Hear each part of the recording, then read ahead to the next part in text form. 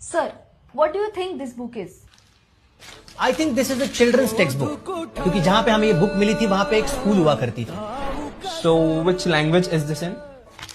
This seems to be Devanagari, and since it was a Marathi school, I guess this is a Marathi textbook. क्या आप हमारी audience को मराठी के बारे में बता सकते हो?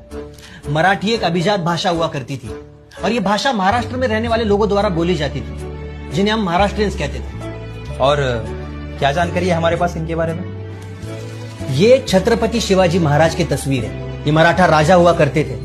कई गढ़ किले थे इनके महाराष्ट्र में. कुछ जगह बता सकते हो आप? कहाँ थे ये किले? Well, we do have the places, पर आपको वहां पे किले नहीं मिलेंगे. हाँ, कुछ लोगों ने कोशिश की थी उन्हें बचाने की, बट उस वक्त के सरकार ने उन्हें साथ नहीं दी. तो अब कहाँ है महाराष्ट्रियंस? महाराष्ट्रियंस कहीं गए नहीं, वो बस अपनी संस्कृति और भाषा भूलते चले गए. कुछ नया करने की चाह में अपने रूट्स भूल गए.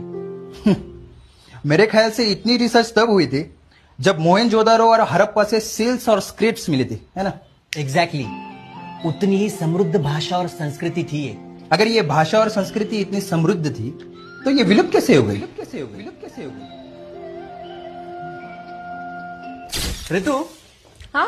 मी ज्या शाळेत शिकलो ना त्या शाळेत आपल्या मुलाला टाकूयात. काही नको. या मराठी शाळेत शिकून काय होणार आहे त्याचं? त्यापेक्षा त्याला एखाद्या इंटरनॅशनल नाही तर कॉन्व्हेंट स्कूलमध्ये टाकूयात आपण. आई बाबांनी ठरवलं, मुलांना पुढे न्यायचं असेल तर इंग्लिश शाळाच हवी, आणि त्या निर्णयात आपली शाळा, आपली भाषा दोन्ही मागे राहिले. काय झालं? अरे हिंदी पिक्चर हाऊसफुल आहे रे. मग एखादा मराठी सिनेमा किंवा नाटक बघूयात. काय म्हणतो? कसलं बोर असतं ते, त्यापेक्षा इंग्लिश बघू ना. आधी मराठी माणसाला मुंबईमध्ये जागा मिळत नव्हती, नंतर मराठी सिनेमालाही थिएटरमध्ये जागा मिळेनशी झाली. मोडली जरी पाठ तरी मोडला नाही कणा, पाठीवरती हात ठेवून फक्त लढ म्हणा. हे काय? ही मराठी कविता घेणार आहेस तू अॅन्युअल डेला? हो. अरे किती ओल्ड फॅशन डे. त्यापेक्षा तू किपलिंग किंवा शेक्सपियरची एखादी कविता घे ना. हे बघ, मतकरी, तेंडुलकर, पुलं सगळं साहित्य रॅकवर मागे सरकलं, आणि त्यांच्या जागी अशी नावं आली जी उच्चारालाही आपल्याला जरा अडचणच होते. ये गुड़ी पड़वा क्या होता है? मतलब क्या करते उस दिन? गाडी धुते. पण फक्त शब्द नाही गेले, विसरले गेले आमचे सण, आमची कला, आमचा आवाज.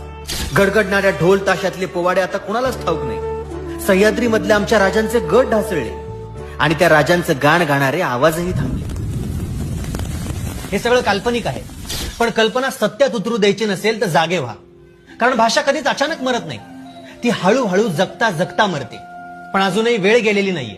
मराठीला आत्ताही वाचवलं जाऊ शकतं. त्यामुळे फक्त ती भाषा शिकवू नका, ती लिहा, बोला, वाचा, जपा. नाहीतर तुमचं अस्तित्व सुद्धा पुस्तकात सापडेल, आणि कोणीतरी दुसराच त्याच्या हिशोबाने अर्थ लाभले.